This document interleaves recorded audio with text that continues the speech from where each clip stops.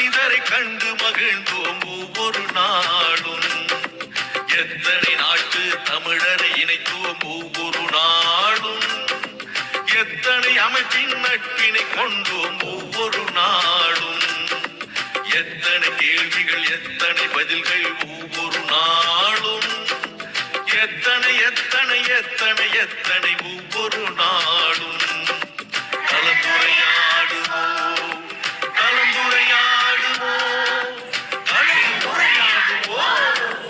எத்தனை செய்திகள் பேசி அறிந்தோம் ஒவ்வொரு நாளும். எத்தனை மனிதரை கண்டு மகிழ்ந்தோம் ஒவ்வொரு நாளும்.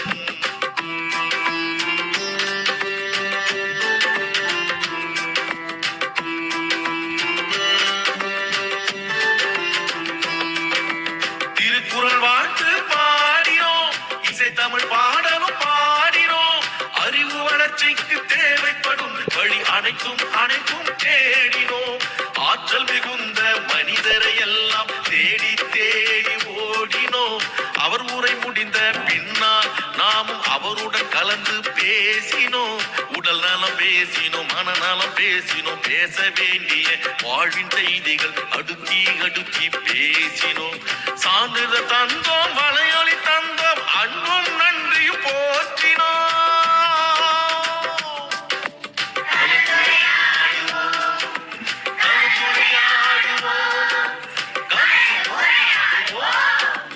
எத்தனை செய்திகள் பேசி அறிந்தோம் ஒவ்வொரு நாளும். எத்தனை மனிதரை கண்டு மகிழ்ந்தோம் ஒவ்வொரு நாளும்.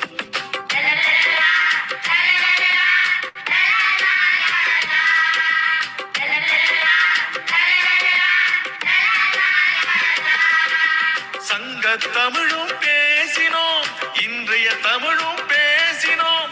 எந்த தமிழை பேசினாலும் நாம் பகுத்தறிவுடனே பேசினோம். தொல்லிய தொடங்கி சுவடிகள் வரையில் தோண்டி தோண்டி பேசினோம். பெண்ணியம் தொடங்கி சூழ்நிலை வரையில் ஆய்ந்து தோய்ந்து பேசினோம். கவிதைகள் பாடினோம், கதைகளும் கூறினோம். பட்டிமன்றத்து நிகழ்வுகள் கூட பார்த்து பார்த்து பேசினோம். பிள்ளைகள் தொடங்கி பெரியவர் வரையில் இணைப்புரை தந்து பேசினோம்.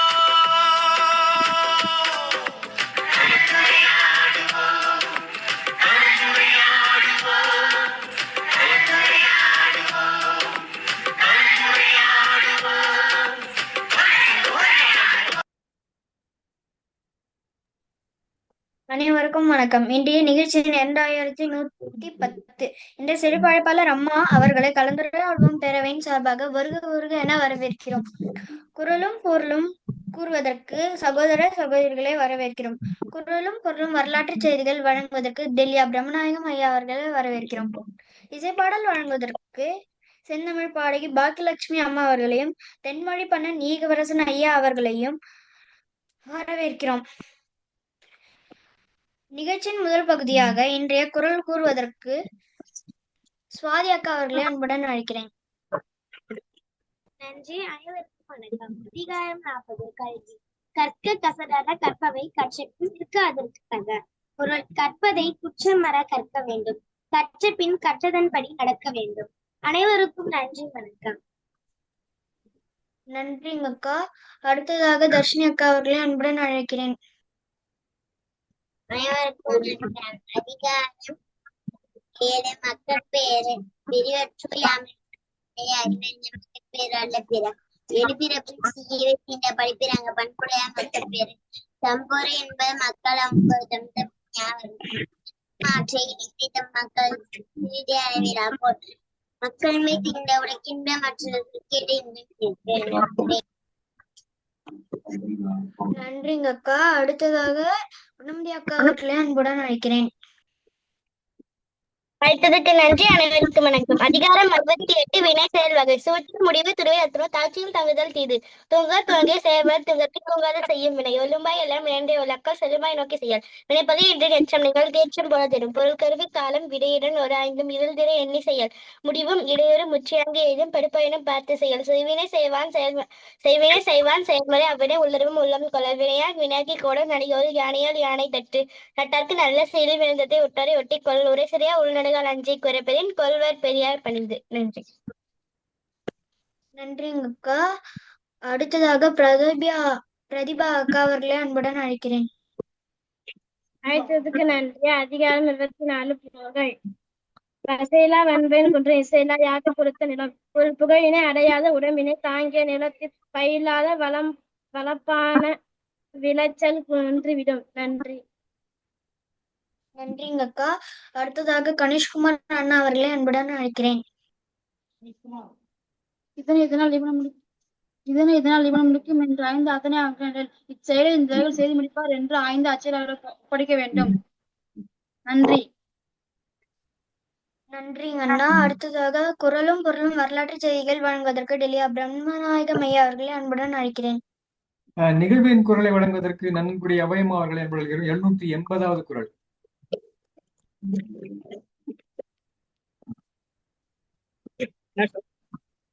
படைச்சரக்கு அதிகாரத்தின் இறுதி குரல். குரல் எண் 780. புறந்தார் கண்ணீர் மல்க சாகிற்பின் சாக்காடிறந்து கோட்டக்கதுடைத்து. புறந்தார் கண்ணீர் மல்க சாகிற்பின் சாக்காட்டு இறந்து கோள் தக்கது உடைத்து. தம்மை ஆளும் அரசர் கண்ணீர் விடுமாறு சாக நேரின் அச்சாவு இறந்தேனும் கொள்ளப்படும் தகுதி சான்றதாம். படைச்செருக்கின் பயனாகிய பழம் இஃது என்க. தன் வீரன் ஒருவனது சாவுக்காக மன்னன் கண்ணீர் மல்க இறங்கினும் மேம்பட்ட சிறப்பு வீரனுக்கு பிரிதேனும் இருக்க முடியுமா? தன் அரசன் தன் அருமை நினைத்து அழும்படி சாவு நேர்த்தால் அச்சாவு இறந்தாவது பெறத்தக்கது. இந்த குரலோடு ஒரு சிறிய செய்தியை பகிரலாம் நினைக்கிறேன். கவிஞர் கவிதை பித்தன் அவர்கள் கலைஞர்கிட்ட ஒரு பாடல் தன்னுடைய ஆசைகளை வரிசைப்படுத்திட்டு சொல்வார். அதுல நீ இறங்கற்பா பாடுவாயானால் இறந்து போகவும் ஆசை என்று சொல்லுவார். அதை பாடி முடிச்சுட்டு வரும்போது கலைஞர் அவர் அடிச்சு இந்த வரியை நீ இனிமே சொல்லவே கூடாது, அது எப்படி இந்த மாதிரி ஒரு வரியை சொல்லலாம் அப்படின்னு அவரை கடிந்து கொண்டதாகவும் அந்த செய்தியை அவர் அடிக்கடி பகிர்ந்து கொண்டதுண்டு. அப்படி தன் அரசனோ தலைவனோ தனக்காக அழுவானால் அந்த சாவு கூட மிக பெரியது என்பதை வள்ளுவர் பெருமான் அப்போதே சொல்லியிருக்கிறார். வாய்ப்பளித்ததுக்கு நன்றி. மகிழ்ச்சிங்கம்மா, நன்றிங்கம்மா. இனி இன்றைய வரலாற்று செய்திகள். இதே நாளில் இன்று ஏப்ரல் மாதம் 5ஆம் நாள் இதே நாளில் 1614ஆம் ஆண்டு வர்ஜீனியாவில் அமெரிக்க பழங்குடி பெண் போக்கென்சோ ஆங்கிலேய குடியேற்றவாதியான ஜோன்ஸ் ரோலப் என்பவரை திருமணம் புரிந்தார். 1654ஆம் ஆண்டு ஆங்கில டச் போரை முடிவு கொண்டு வரும் பொருட்டு வெஸ்ட்மின்ஸ்டர் உடன்பாடு எட்டப்பட்டது. 1710ஆம் ஆண்டு ஐக்கிய ராச்சியத்தில் காப்புரிமை சட்டம் அமலுக்கு வந்தது. 1722ஆம் ஆண்டு டச் மாலுமி ஜேக்கப் ரோகோவென் ஈஸ்டர் தீவை கண்டுபிடித்தார். 1792ஆம் ஆண்டு அமெரிக்க அரசு தலைவர் ஜார்ஜ் வாஷிங்டன் முதல் தடவையாக வீட்டோ அதிகாரத்தை பயன்படுத்தினார். 1804ஆம் ஆண்டு முதல் தடவையாக விண் வீழ்கல் ஒன்று வீழ்ந்தது ஸ்காட்லாந்தில் பதிவானது. 1867ஆம் ஆண்டு இலங்கையில் முதலாவது சுற்றுலா பயண தொடர்ந்து சேவை தொடங்கப்பட்டது. 1930ஆம் ஆண்டு மகாத்மா காந்தி அரபிக்கடலின் குஜராத் கடற்கரையோர பகுதியான தண்டியில் உப்பு சட்டத்தை மீறி உப்பு கையிலே எடுத்து வந்து தனது 241 மைல் நடைப்பயணத்தை முடித்தார். 1932ஆம் ஆண்டு பின்லாந்தில் மதுவிலக்கு கொள்கை முடிவுக்கு வந்தது. 1949ஆம் ஆண்டு அமெரிக்காவின் லினோய் மாநிலத்தின் மருத்துவமனை ஒன்றில் தீப்பிடித்ததில் 77 பேர் உயிரிழந்தனர். 1757ஆம் ஆண்டு இந்தியாவின் கேரளா மாநிலத்தின் பொதுவுடைமைவாதிகள் ஆட்சியை கைப்பற்றினர். இஎம்எஸ் நம்பூதிரி பார்த்து முதலமைச்சரானார். 1771ஆம் ஆண்டு இலங்கையில் ஸ்ரீமாவோ பண்டநாயக்கா அரசுக்கு எதிரான மக்கள் விடுதலை முன்னணியினர் நாட்டின் தென்பகுதியில் ஆயுத கிளர்ச்சியை தொடங்கினர். 1991ஆம் ஆண்டு அமெரிக்காவில் ஜார்ஜியா மாநிலத்தில் அட்லாண்டிக் ஏர்லைன்ஸ் வானூர்தி ஒன்று வீழ்ந்ததில் விண்வெளி வீரர் சென்னி கார்ட்டர் உட்பட அதில் பயணம் செய்த அனைத்து 23 பேரும் உயிரிழந்தனர். 2010ஆம் ஆண்டு மார்க் வர்ஜீனியாவில் நிலக்கரி சுரங்கம் ஒன்றில் இடம்பெற்ற வெடிப்பில் சிக்கி 29 தொழிலாளர்கள் உயிரிழந்தனர். இதே நாளில்தான் இந்திய விடுதலை போராட்ட வீரரும் சமூக சீர்திருத்தவாதியுமான ஜெகஜீவன் ராம் 1908ஆம் ஆண்டு இதே நாளில் பிறந்தார். வாய்ப்பிற்கு நன்றி, வணக்கம். நன்றிங்க ஐயா. அடுத்ததாக இசைப்பாடல் வழங்குவதற்கு தேன்மொழி பண்ணன் ஈகவரசன் ஐயா அவர்களே அன்புடன் அழைக்கிறேன்.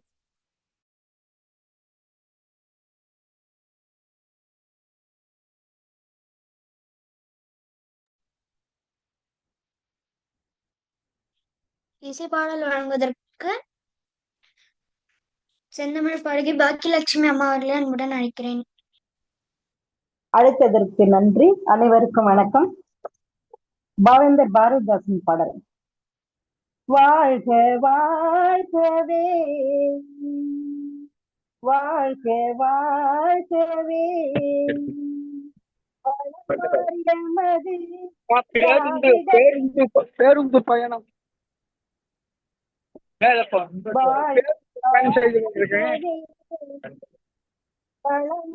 எமது திராவிட நாடு வாழ்க வாழ்கவே. ஓடும் பெண் ஆடும் குமரி, சூடும் தென்கடல் ஆடும்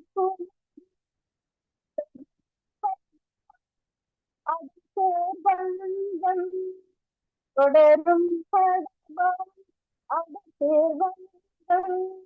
வாழ்க வாழ்கவே, வாழ்க வாழ்கவே, திங்கள் வாழ்க, செங்கதிர் வாழ்க, சென்ற வாழ்க, செந்தமிழ் வாழ்க, திங்கள் வாழ்க, செங்கதிர் வாழ்க, சென்ற வாழ்க, செந்தமிழ் வாழ்க, இங்கு திராவிட வாழ்க மிகவே, இங்கு திராவிடர் வாழ்க மிகவே, இன்பம் சூழ்ந்ததே எங்கள் நாடு, இன்பம் சூழ்ந்ததே எங்கள் நாடு, வாழ்க வாழ்கவே. பழமாரியமது திராவிட நாடு வாழ்க வாழ்கவே, வாழ்க வாழ்கவே.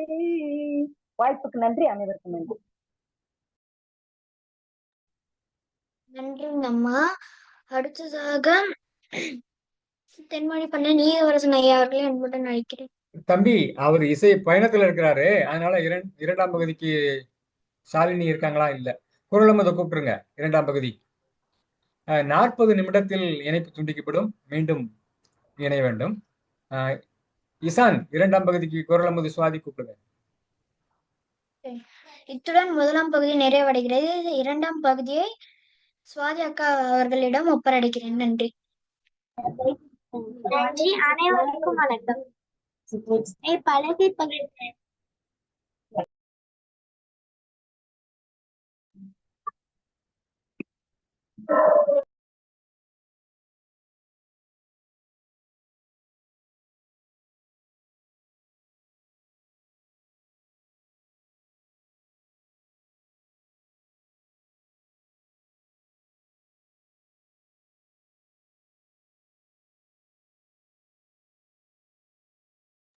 அனைவருக்கும் வணக்கம். கலந்துரையாடுவோம் பேரவை தமிழ்நாட்டு தொன்னூல் திறனாய்வுகள் நிகழ்ச்சி எண் 2020 நாள் 5/4/2026 ஞாயிற்றுக்கிழமை. இன்றைய படைப்பாளர் மாண்புமிகு வேண்மாள் நன்னன் அம்மா அவர்கள்.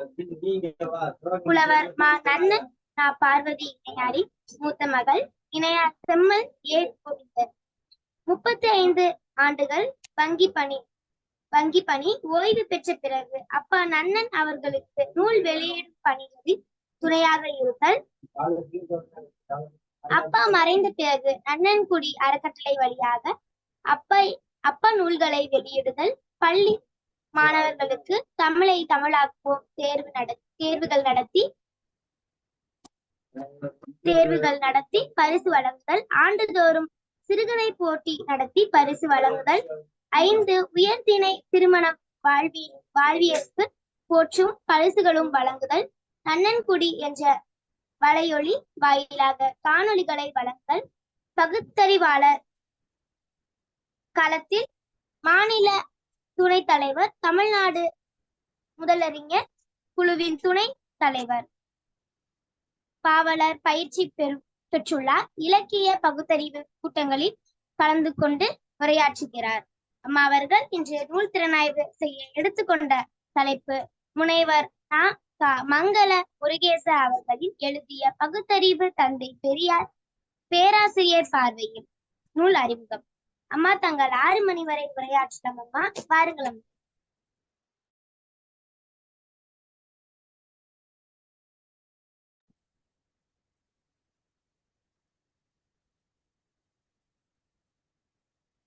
இது எப்படி நடுவில் பெருசா பேசு. அம்மா ஒளித்தோட நீங்கிச்சு, நீங்க பேசலாமா? சரியா இருக்கு, பேசலாம். சரி சரி. அனைவருக்கும் வணக்கம்.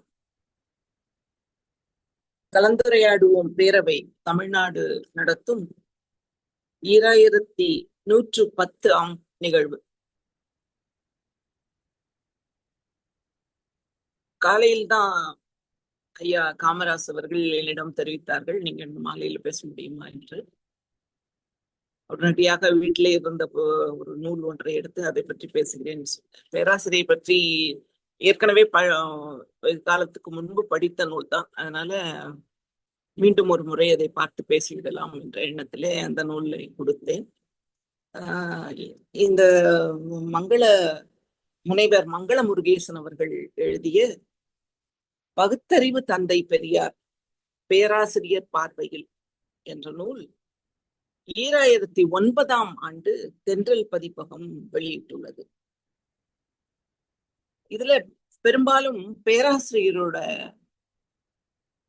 உரைகள், அவர் எழுதிய தலையங்கங்கள், அவர் எழுதிய கட்டுரைகள் என்று விடுதலை, முரசொலி போன்ற இதழ்கள், திராவிட நாடு போன்றவற்றில் எழுதிய கட்டுரைகளை தொகுத்து அவர் இந்த நூலை வெளியிட்டுள்ளார். அதுவும் அதை பற்றிய முன்னுரை, பேராசிரியர் பற்றிய வாழ்த்துரைகள் எல்லாம் முன்னாலே அவர் கொடுத்திருக்கிறார்.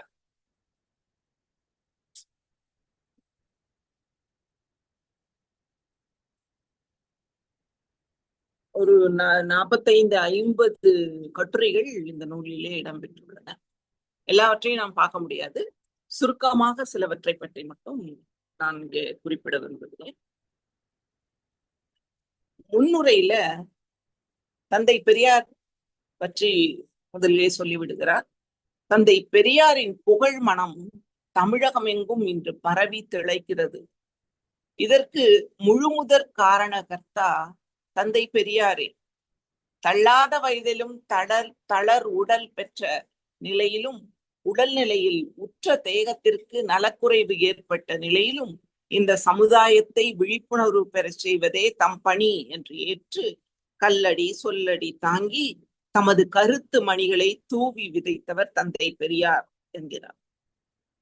அந்த பெரியார் விதைத்த நெல் மணிகள் நெற்கதிர்களான போது அவற்றை அறுவடை செய்து மக்கள் அறிவு பசியார கொண்டு சென்றவர் பலர். அந்த பெரியாரை பின்பற்றி பலரும் சென்றார்கள் என்பதை பதிவு செய்கிறார். அவர்களில் முதல் வரிசையில் நிற்பவர் பேரறிஞர் அண்ணா அவர்கள். அண்ணாவின் வழியில் தந்தை பெரியாரின் தகைமைசால் உயர்வை அவருடைய அன்பு தம்பிகள் சுமந்து சென்றனர். அண்ணா அவர்கள் பெரியாரிடமிருந்து பிரிந்தார் என்றாலும் இருவரும் இரட்டை குழல் துப்பாக்கியாக செயல்படுவோம் என்றுதான் தெரிவித்திருக்கிறார்கள். அவருடைய 1967 அவருடைய ஆட்சி, திமுக ஆட்சி இங்கு தமிழ்நாட்டிலே ஏற்பட்ட போது ராஜாஜியோடு கூட்டணி வைத்துதான் அவர் அந்த தேர்தலை சந்தித்தார். ராஜாஜி தன்னை பார்ப்பார், தன்னை கூட்டணியிலே சேர்த்துக் கொள்வார் என்று நினைத்திருந்தார். ஆனால் தந்தை பெரியார் நேராக தந்தை பெரியாரை சந்திக்க சென்று விட்டார் திருச்சிக்கு. அங்கு சென்று இந்த ஆட்சி தந்தை பெரியாருக்கு காணிக்கை என்று அவர் தந்தை பெரியாரிடம் இந்த ஆட்சியையே காணிக்கையாக்கி விட்டார். அப்படி ஒரு பெருந்தன்மையான மனிதர் அண்ணா. தந்தை பெரியார் கூட அதை பற்றி குறிப்பிடும் போது, நான் ஒரு பெண்ணை போல கூனி குறுகி நின்றேன் என்று அவர் அந்த நேரத்திலே அவர் வருத்தப்பட்டு சொல்றார். ஏனென்றால் அவர் அண்ணாவை வைது கொண்டிருந்தார். அந்த நேரத்துல 67 தேர்தல் எல்லாம் காமராஜருக்காக அவர் பரப்புரை செய்து கொண்டிருந்தார். ஆனால் அண்ணா வந்து நேரடியாக அவரை சந்தித்து அவரிடம் இந்த ஆட்சி உங்களுக்கு காணிக்கை என்று தெரிவித்து விட்டார். இப்படி அண்ணா வந்து பெரியாருக்கு செய்த சாதனைகள் எண்ணற்றவை. இருமொழி கொள்கையாகட்டும், அந்த பகுத்தறிவு திருமணங்கள், சட்டப்படி செல்லும் என்று அறிவித்தது, இதையெல்லாம் தந்தை பெரியாருடைய கொள்கைகளை அவர் நிறைவேற்றி காட்டினார். அடுத்த அவருடைய பேரறிஞர் அண்ணா வழியில் தமிழின தலைவர் கலைஞர், இனமான பேராசிரியர், நாவலரும் அப்போது இருந்தார் திமுகவில்.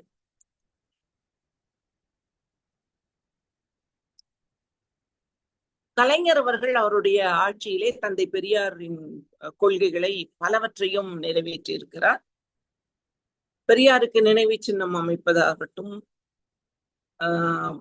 பெரியார் சமத்துவபுரம், பெரியார் பெயரை சமத்துவபுரத்துக்கு வைத்தார். அது ஒரு மாபெரும் நிகழ்வு. அப்புறம் பெண்ணுரிமை, சொத்துரிமை 89 வந்த போது கலைஞர் தான் பெண்களுக்கு சொத்துரிமையை அளித்தார். வேற எங்குமே கிடையாது, இந்தியாவில் வேற எங்குமே கிடையாது. தமிழ்நாட்டில் மட்டும்தான் அந்த சட்டம் கொண்டு வரப்பட்டது. இப்போதான் அண்மையிலே ஒன்றிய அரசால அந்த சொத்துரிமை கொண்டு வரப்பட்டது. இது 1989 கலைஞர் நிறைவேற்றி காட்டினார் அந்த சொத்துரிமையை. அப்புறம் சாதி ஒழிப்பு திருமணம், புரோகித மறுப்பு திருமணம், அந்த திருமணத்தையும் சட்டப்படி செல்லும் என்று அண்ணாவே கொண்டு வந்து விட்டார் அந்த திட்டத்தை. இன்றளவும் மற்ற மாநிலங்களில் புரோகிதர் இல்லாமல் திருமணம் செய்து கொண்டால் செல்லாது என்று நான் கேள்விப்பட்டிருக்கிறேன். பெரியார் திடல்ல திருமண நிலையம் ஒன்று இருக்கிறது. அங்கு வடநாட்டுக்காரர்கள், ஏன் பார்ப்பனர்கள் கூட வருவார்கள், வந்து திருமணம் செய்து கொள்வார்கள். அவர்கள் பதிவு முதற்கொண்டு செய்து கொடுத்து விடுவார்கள். அப்படி அந்த சாதி ஒழிப்பு திருமணங்களை, புரோகித மறுப்பு திருமணங்களை சிறப்பாக செய்து வருகிறது திராவிட இயக்கம். அதற்கு அண்ணாவே வித்திட்டார். கலைஞரும் அதை தொடர்ந்து அது செயல்படுத்தி காட்டினார். பெரியார் விருது வழங்கினார் கலைஞர் அவருடைய ஆட்சி காலத்திலே. அர்ச்சகராகலாம், அனைவரும் அர்ச்சகராகலாம் என்ற சட்டத்தை கொண்டு வந்து பெரியார் நெஞ்சிலே தைத்த முள்ளை அகற்றுகிறேன் என்று அவர் கொண்டு வந்தார். ஆனால் அதை நிறைவேற்ற முடியவில்லை. அவர்கள் நீதிமன்றத்துக்கு சென்று அதை வந்து தடை வாங்கினார்கள். அதை நிறைவேற்ற இயலவில்லை. இப்பொழுது நம்முடைய முதல்வர் அது நிறைவேற்றி இருக்கிறார். சில கோயில்களில் அர்ச்சகர்களும் நியமிக்கப்பட்டு இருக்கிறார்கள். பேராசிரியர் அவர்கள் அண்ணாமலை பல்கலைக்கழகத்திலே படிக்கும் போது இந்த கொள்கையிலே ஈடுபாடு ஏற்பட்டு அவர் வந்து திராவிட இயக்க கொள்கைகளை ஏற்றுக்கொள்கிறார். அவர் எழுதிய தந்தை பெரியாரின் பிறந்த நாள் மலர், விடுதலை மலர்கள், மேலும் முரசொலியிலே எழுதிய மலர் போன்றவற்றிலே அவருடைய கட்டுரைகள் பல எழுதியிருக்கிறார். அந்த கட்டுரைகள் எல்லாம் பார்க்கும்போது அவர் வந்து எவ்வளவு அருமையாக அந்த கட்டுரைகளை எழுதுகிறார் என்று எண்ண தோன்றுகிறது என்று மங்கள முருகேசன் அவர்கள் சொல்லுகிறார்.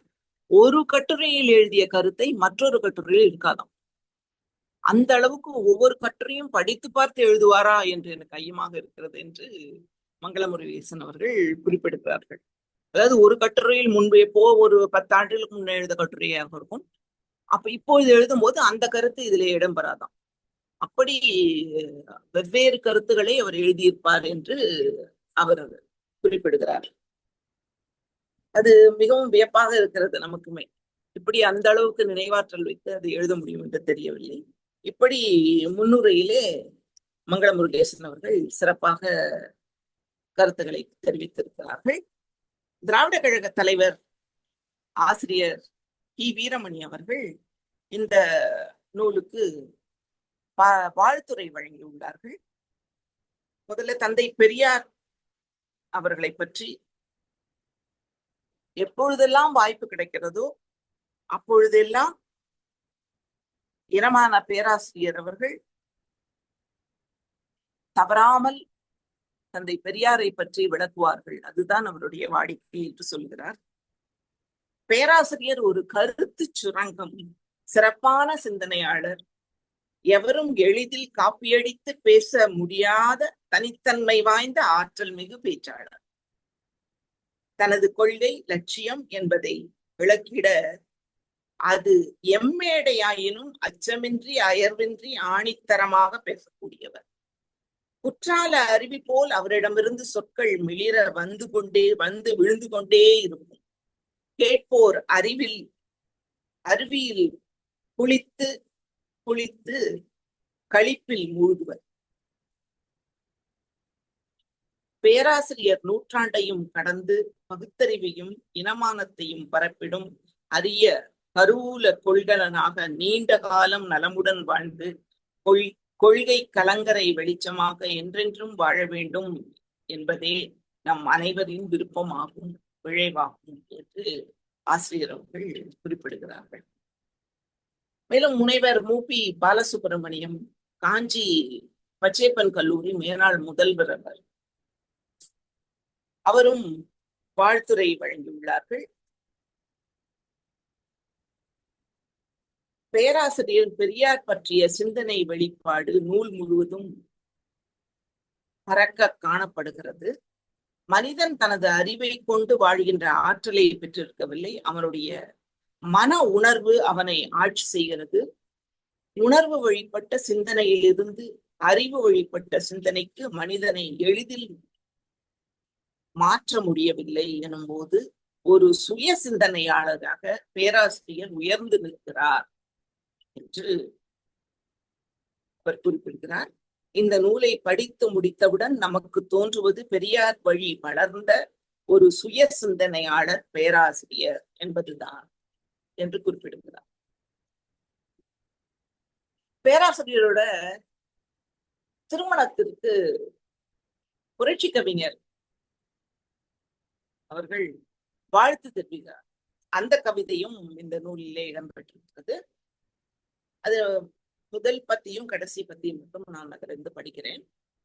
நன்றாண்ட மூவேந்தர் நாகரிகமே மாற்றி வென்றாண்ட ஆரியத்தை வென்றாள தோன்றியவர் குன்ற மறவர் குறிசிலார் அன்பழகர் என் தோழர் என்னல் எனக்கு பெருமையரே ஏதோ உளமுடையார் வெற்றியினார் அன்பழகர் முத்தமிழை வையத்து முன்வைக்க பிள்ளைகளும் புத்தம்புது கொள்கை பூரிக்க பேரர்களும் மெத்தவும் பெற்று நனி மேன்மையுற்று வாழியவே என்று வாழ்த்து கவிதை எழுதியுள்ளார்.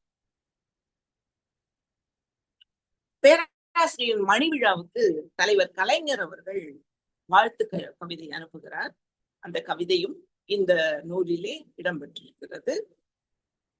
உடன்பிறப்பே உனக்கு மணிவிழா, நமது குடும்பத்தின் திருவிழா, உன் நாக்கு தமிழ் மணத்தால் கழக நந்தவனம் சிறக்கும், உன் வாக்கு திறத்தாலே வஞ்சின பகையாவும் பறக்கும், உன் ஆக்க பணி அணி கழகத்தை காத்து நெடும் தூக்கத் தமிழரை எழுப்பும், நீயோர் ஒளி மணி ஓயாமல் ஒலிக்கும் தமிழ் மணி, பள்ளம்தான் தமிழர் வாழ்வில் விழலாமோ என்று உள்ளந்தான் கொதித்தெழுந்தார், புது வெள்ளந்தான் உன் பேச்சு, வீரம் செய்கின்ற குலத்தின் மூச்சு, வெற்றி விளைக்கின்ற வானின் உழுத அகமென்றும் புறமென்றும் அடுக்கிடும் அருந்தமிழ் இலக்கியங்கள் தேன் வடித்திடும், புலவர் கூட்டமோ அதனை உன்பால் பருக துடிக்கும், யாரோ சிறியர் அரியர் சூதோ வாதோ செய்திட துணிவரே பேராசிரியர் கூர் வேல் விளக்கும், தீரா பிணியும் தீர்ந்து தமிழினம் பிழைக்கும், பெரியாரின் பிள்ளைகள் நாம் பேரறிஞர் தம்பிகள் நாம் பிரியாத இருவண்ண கொடியே நாம் என்று தலைவர் கலைஞர் அவர்கள் எழுதியுள்ளார்கள். பேராசிரியரை போற்றும் முரசொலிமார் அந்த பகுதியும் இதுல இடம்பெற்றிருக்கிறது. அவருடைய உள்ளம் கரையோர கடல் போல் அலைவீசி கொண்டிருக்கலாம், ஆனால் அவருடைய தோற்றம் ஆழ்கடல் போல் நிதானமானது. அந்த அடக்கத்தின் சின்னத்தை போற்றுகிறேன் என்று முதல் பத்தி மட்டும் படிக்கிறேன். அடுத்ததாக இந்த நூலை பற்றிய ஒரு அறிமுகம் எழுதியுள்ளார். 30 ஆண்டுகளுக்கு முன்னர் திருவாரூரில் தமிழ்நாடு தமிழ் மாணவர் மன்றம் என்ற ஒரு மாணவர் அமைப்பினை தொடங்கினேன்.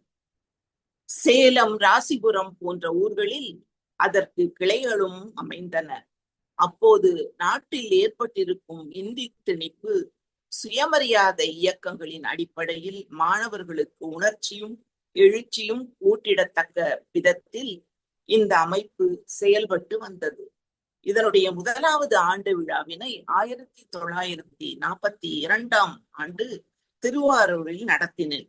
முக்கிய சொற்பொழிவாளராக அப்போது அண்ணாமலை பல்கலைக்கழகத்தில் MA வகுப்பு மாணவராயிருந்த ஒருவரை அழைத்திருந்தேன். ஒல்லியான மெலிந்த உருவம் என்றாலும் துல்லியமான செந்தமிழ் பேச்சு, அணை உடைந்த வெள்ளமென தடைபடா அருவி நடை, தன்மான கருத்துகள், தமிழ் முழக்கம் இவைகளால் எங்களையெல்லாம் ஈர்த்து தன்வயமாக்கிக் கொண்டார் அந்த சொற்பொழிவாளர். அவர்தாம் இந்நாள் தமிழ்நாடு அரசின் மக்கள் நல்வாழ்வுத்துறை அமைச்சர் பேராசிரியர் அன்பழகன் அவர்கள் என்று முத்தமிழறிஞர் தலைவர் கலைஞர் அவர்கள் 27/2/72ஆம் நாள் திராவிட முன்னேற்ற கழகத்தின் அன்றைய பொதுச் செயலாளர் பேராசிரியர் அன்பழகன் அவர்களை குறித்து பெருமை பொங்க கூறியுள்ளார். மேலும் அவர் தொடர்ந்து குறிப்பிடுகிறார், என்னை விட ஏறத்தாழ 2 ஆண்டுகளே மூத்தவர். அண்ணாமலை பல்கலைக்கழகத்தில் பட்டம் பெற்றாலும் பின்னர் அண்ணாவின் பல்கலைக்கழகத்தில் தம்மை இணைத்துக் கொண்டு கல்லிலும் முள்ளிலும் நடந்து அல்லும் பகலும் சுற்றி சுழன்று கண்ணீரும் செந்நீரும் சிந்தி இந்த கழகத்தை வளர்த்த பெரும் தொண்டர்களின் வரிசையில் அவருக்கு ஒரு சிறப்பான இடம் உண்டு என்பதனை நாடு நன்கு அறியும். நெஞ்சத்தில் தோன்றும் கருத்துக்களை அஞ்சாமல் எடுத்துரைத்து யாரிடம் பேசுகிறோம், அவர்கள் என்ன சொல்வார்கள் என்பதை பற்றி கவலைப்படாமல் தயவு தாட்சிணியமின்றி எடுத்துரைப்பதில் அவர் ஒரு தனித்தன்மை கொண்டவர் என்று குறிப்பிடுகிறார். மேலும் மூவா அவர்கள் பேராசிரியர் பற்றி தமிழ் இலக்கிய உலகின் வெடிவெள்ளி என்று குறிப்பிடுகிறார். இன்மொழி வல்ல ஏற்றமிழ் அறிஞர், அன்பழகான அருமை நண்பா, பெருமை தமிழும் பிறரிங்கு இந்நாளும் இருமை நோக்காய் இயங்கும் வாழ்வினை அறிவியல் சார்ந்த விழிப்புணர்வதனால் சீர்திருத்தம் எனும் சிறப்பு மூச்சினை, நேர்மை எனும் சீர்மை பண்பினை, வாய்மை வளமுறு நெறியினை, கல்வி துறைக்காம் நல்வாழ்வு விழையும் பேராசிரியர் பதவியை துறந்தே அரசியல் துறையினை அனைத்தனை விரும்பி என்று போற்றியுள்ளார் மூவா அவர்கள். கவியரசு கண்ணதாசன் அவர்கள் தென்பொதிகை தமிழருவி செழித்த தென்றல் திருமுகத்தில் குறுநகையே திகழும் கன்னம் மண்பதையில் மரகதமாய் மலர்ந்த மன்னன் வண்ணமிகு சொற்பொழிவில் வளைக்கும் தென்றல் அன்பழகன் மென்மேலும் அனைத்தும் பெற்று ஆசிரியருக்கு ஆசிரியராய் வாழ்க என்று கவியரசு கண்ணதாசன் அவர்கள் குறிப்பிடுகிறார். இத்தகைய சிறப்புமிகு பேராசிரியர் அவர்கள் அண்ணாவை எந்த அளவுக்கு நேசித்தாரோ, போற்றி புகழ்ந்தாரோ, அந்த அளவிற்கு பெரியாரின் பெருமைகளை வாய்ப்பு வரும்போதெல்லாம் எங்கும் எடுத்து கூற தயங்கியதே இல்லை. பெரியார் வழியில் சென்ற பேராசிரியர் பெரியாரின் பகுத்தறிவு கோட்பாட்டு நெறியில் இருந்து சிறிதும் பிறழ்ந்ததில்லை. சாதிக்கு எதிரான முடைநாற்றம் வீசும் மூடத்தனத்திற்கு எதிரான கருத்தில் கொள்கைகளில் கொஞ்சமும் விலகியதில்லை. திராவிடக் கழக தோட்டத்தில் பூத்த பெரியாரின் பிறந்த நாள் மலர்கள் பேராசிரியரின் பெரியாரிய சிந்தனைகள் தாங்கி வெளிவந்தவை பலவும் இதற்கு சான்றாக விளங்குகின்றன. பெரியாரின் இயக்கம், பெரியாரின் சிறப்புகள், பெரியாரின் பேரறிவு, பகுத்தறிவு சிந்தனை முத்துக்களை பேராசிரியரின் சீரிய எழுத்தோவியங்கள் வாயிலாக நாம் காண்கிறோம். அது மட்டுமல்லாது பெரியாரை குறிப்பிட்டு அவர் உரைத்த அருமையான இன்மொழிகள், ஆய்வு கருத்துகள் பெரியாரின் பேச்சுகளில் நிரவி வந்து நம் நெஞ்சை கவர்ந்திழுக்கின்றன. மக்கள் நல்வாழ்வுத்துறை அமைச்சராக குடும்ப நலம் குறித்து கட்டுரைகள் படைத்தாலும் சரி, அல்லது திமுக பொதுச் செயலாளராய் மாநாடுகளில் முழங்கினாலும் சரி, பெரியாரை தொடாமல் பேராசிரியர் பேச்சு முத்துக்களை பேராசிரியரின் பேச்சு முத்துக்கள் ஒளி வீசியதில்லை என்று குறிப்பிடுகிறார் மங்கள முருகேசன் அவர்கள். விடுதலை ஆசிரியர் வீரமணி அவர்கள் இந்த சமுதாயம் சுவாசித்துக் கொண்டுள்ள மூச்சுக்காற்று தந்தை பெரியார் என்ற மூச்சுக்காற்று, அதை யாரும் மாற்றிவிட வேண்டாம், அதுதான் என்றும் பேராசிரியர் கருத்துகளும் ஆகும். பேராசிரியரின் சொற்பொழிவுகளில் தமிழின உணர்வு தலை தூக்காமல் இராது. அது போலவே பெரியாரின் பகுத்தறிவு சிந்தனை கோடுகள் இடம்பெறாமல் அவருடைய சொற்பொழிவு ஓவியம் நிறைவு பெற்று விடாது. எப்பொழுதும் தமிழ் வானின் விடிவெள்ளி தந்தை பெரியார்தான் என்று அவர் அழுத்தமாக எடுத்துரைத்தார். மேலும் பேராசிரியர்கள் இவ்வாறு குறிப்பிடுகிறார்கள் என்று மங்கள முருகேசன் அவர்கள் குறிப்பிட்டுள்ளார்கள்.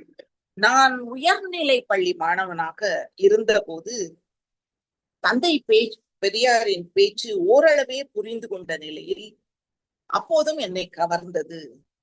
பெரியாரின் பெருமைக்குரிய தோற்றமும் துணியும், கையில் தடியுடன் சுற்றி நோக்கியவாறு அப்போது ஒலிபெருக்கி இல்லை.